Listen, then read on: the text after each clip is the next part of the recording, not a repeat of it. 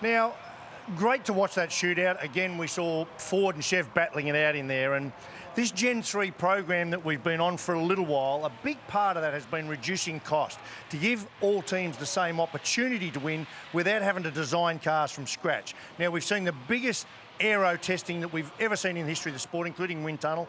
And now the next part of that is taking engines to America, to this thing called an AVL dyno. I've grabbed Tim Edwards, head of motorsport, who's in charge of this program. Tim, this is a big, big deal. Never been done in our sport. Let me just preface by saying we've been using engine dynos forever, but this is seriously next level. Just give us a heads up, mate. What's going on and why? Well, I mean, AVL are probably the biggest global manufacturer of dynos, and particularly this high-end type of dyno. Every NASCAR team uses them, Formula One teams use them. You know, it is state-of-the-art. In fact, we plug in the track data, so this dyno actually runs Bathurst. So if you stood there and watch it, and you kind of picture it in your head, you can actually hear the car making every gear shift, you know, slowing for every corner, accelerating. So you're putting in real-world data, and then we can actually do that, plug both engines in and actually do the same thing on both. So it actually gives us fantastic information.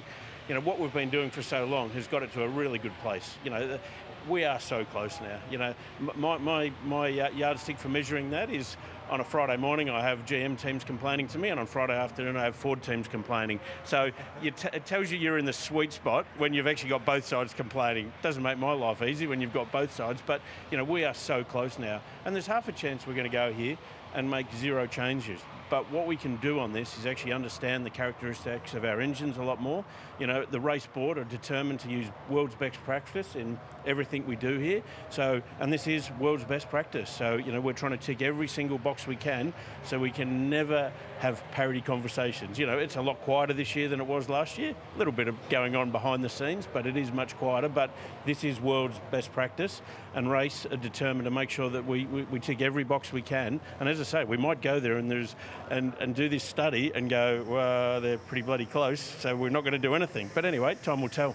Well, it is close, Tim, and just for a bit of context, I mean, that's an engine sitting right there, the dyno part of it that measures there, and we've been dynoing forever in Australia, but it measures maximum horsepower and torque over a range. What this does, as Tim said, this will literally be going through the gears, so it's more real world. Tim, I'll show you the challenge you're up against, a little bit of data that you helped me grab just from yesterday, and this is just a typical example. We didn't know one in particular, just 2 of the fast cars, one's Ford, one's GM, and this is the straight here at Darwin up to 270 k's an hour, and I can tell you straight away there, the Chev, the driver got onto the throttle a little early. That gave him a little bit of advantage, so he's up there coming onto the straight, and that usually will carry, as you see all the straight. But look at that, there is nothing in it. That'd barely be 1 kilometre an hour.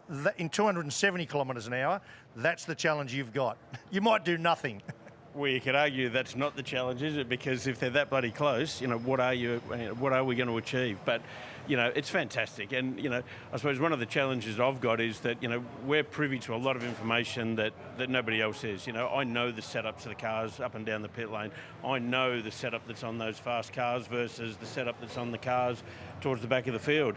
And, you know, unfortunately, you know, sometimes you feel like you want to go down and give them a tap on the shoulder and go, hey, why don't you do this or change that, and, you know, point them in the right direction. But you know what? That's not our responsibility. That's sporting parity, and teams will have good rounds and they'll have bad rounds. The better teams will, you know, on average have more good rounds. But, you know, it's a challenge when it's that bloody close, and you know, it's the driver and the team setting the car up. You've got tens of thousands of adjustments in these cars, and you can either get it incredibly right or horribly wrong, just like that. And but that's sporting parity, and that's, you know, that's what we all signed up for. That's what we want. Thanks for the heads up, mate. That's a great one. Cheers.